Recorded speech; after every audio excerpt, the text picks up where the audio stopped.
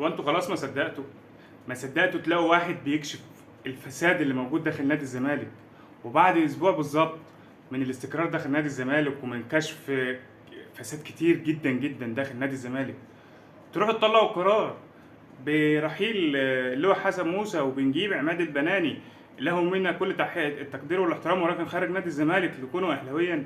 يعني احنا نخلص من مرتضى منصور عشان خاطر اهلاوي يجي لنا عماد البناني؟ يعني احنا نكون مكتوب علينا الشاه؟ انتوا عاوزين يعني بالبلد انتوا عاوزين تضيعوا نادي الزمالك؟ هو انتوا شايفين ان نادي الزمالك ما ينفعش يقعد في استقرار؟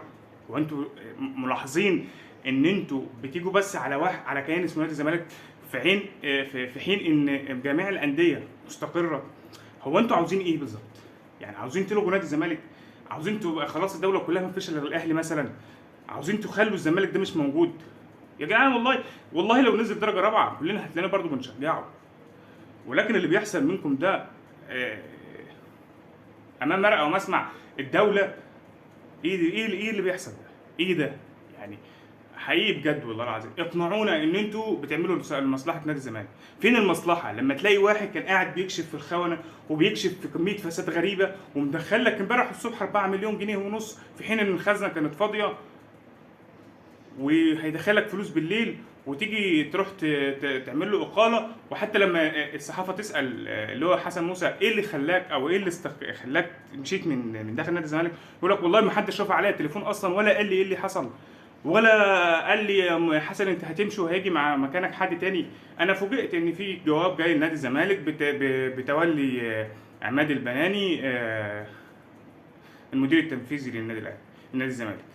ما احنا خلاص نغيره بقى من اسم الزمالك ونخليه الاهلي، طالما احنا شلنا مرتضى منصور عشان خاطر اهلاوي وجا عماد البناني عشان خاطر اهلاوي، والمدير الرياضي السابق برضه كان اهلاوي داخل نادي الزمالك. انا مش فاهم اقسم بالله. يعني كل الكوادر اللي موجوده داخل نادي الزمالك، كل الكوادر الزملكاويه اللي موجوده للزمالك، مفيش كادر فيها ينفع لنادي الزمالك لقياده نادي الزمالك. كل الكوادر اللي موجوده هي اهلاويه بس. يا راجل المفروض ان انت جايبه عشان خاطر يعني يصير اعمال وينفذ لوائح. طيب يا عم هقول لك على حاجه، مرتضى منصور مشي وجه حسن الموسى، قعد اسوريو مع حسن موسى بعد ما كان بيقعد مع مرتضى منصور، هوب صحي الصبح لقي نفسه هيقعد مع عماد البناني. في دي اجواء الواحد مدير فني اجنبي هيقعد داخل النادي؟ ده انتوا بتقولوا له يمشوا، ده انتوا بتقولوا احنا هنسرح النادي. اقسم بالله حسبي الله ونعم الوكيل في اللي بيحصل. اقسم بالله اللي بيحصل داخل نادي الزمالك ده والله العظيم ثلاثه ما في نادي يتحمله.